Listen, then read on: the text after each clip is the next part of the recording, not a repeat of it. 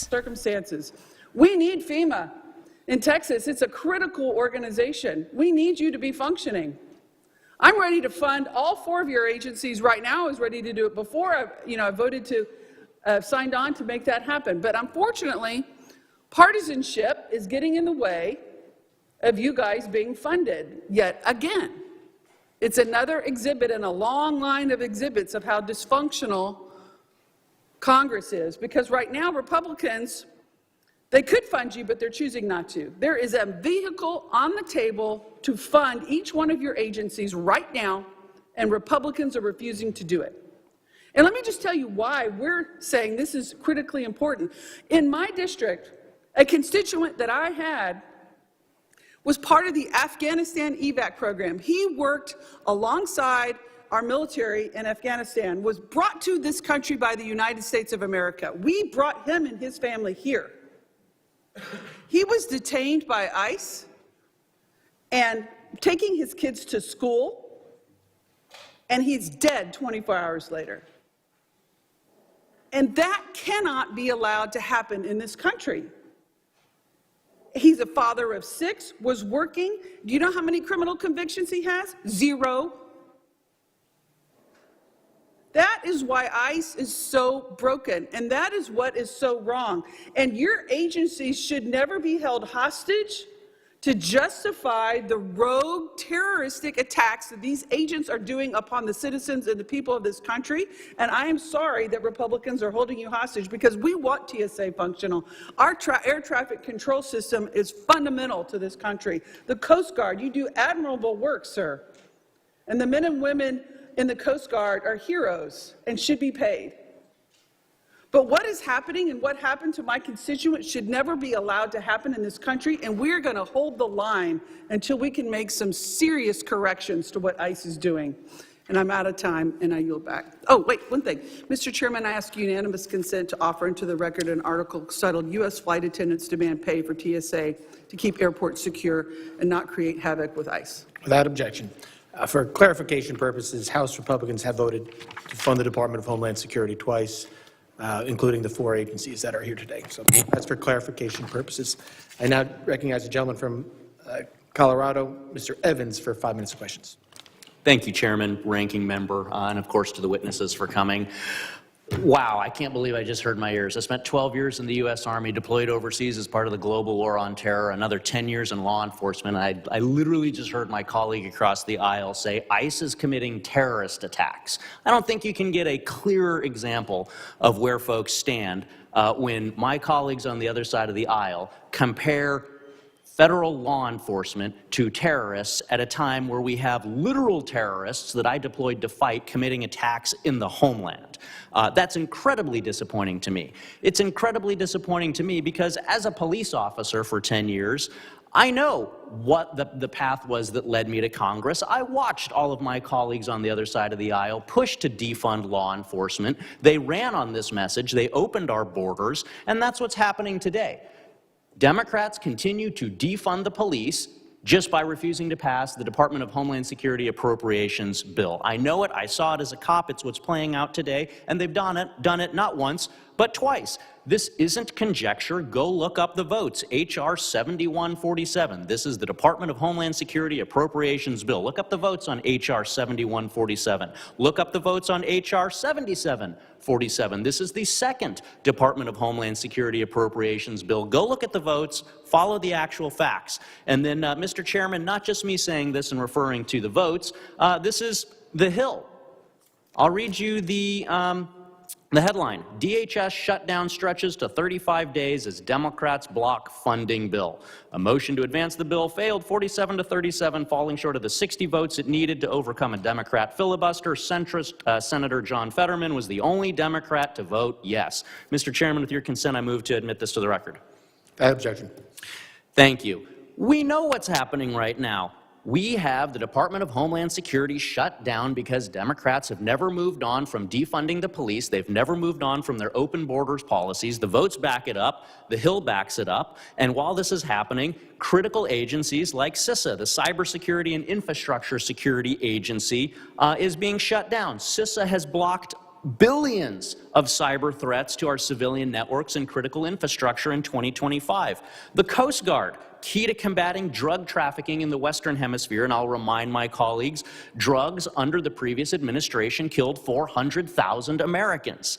That's shut down. Wildfire risk in Colorado is at an all-time high due to drought and an unusually dry winter.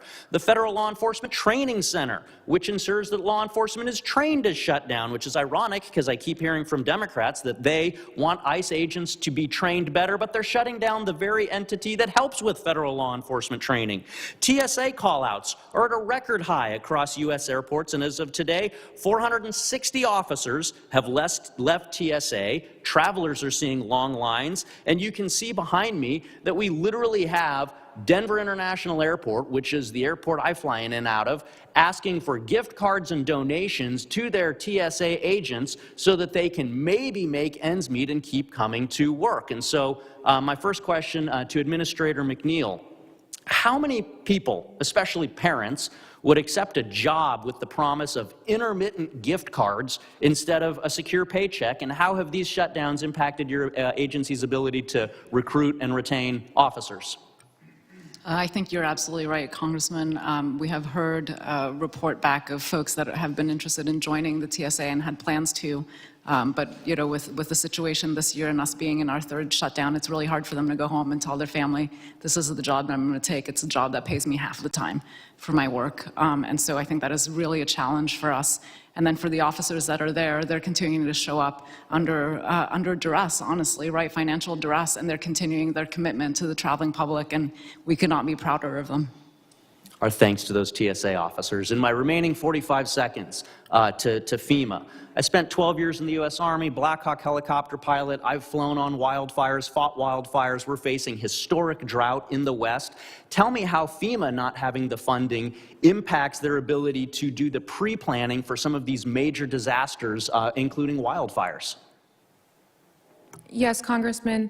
Like I mentioned earlier, we have about 45,000 people a week. Those are emergency responders, leads for states on response efforts that are missing out on critical training. Wildfires are ongoing, as you know, right now, and those impacts of them not getting that training may not be measured, but it is being missed out. I hear every day from external partners how much it's impacting them. Our national security is at risk. Fund the Department of Homeland Security. Yield back. Gentleman yields back. I now recognize the gentleman from Puerto Rico, Mr. Hernandez, for 5 minutes questions. Thank you, Mr. Chairman. There are over 700 TSA employees in Puerto Rico right now who are about to miss their third paycheck. And there is a proposal to fund TSA and pay these employees. The Republicans are holding back on it. I think this is a disgrace. Ms. McNeil, President Trump has ordered ICE agents to airports to supplement security during this shutdown, correct? That's correct. And those ICE agents are getting paid, correct? That's my understanding, yes.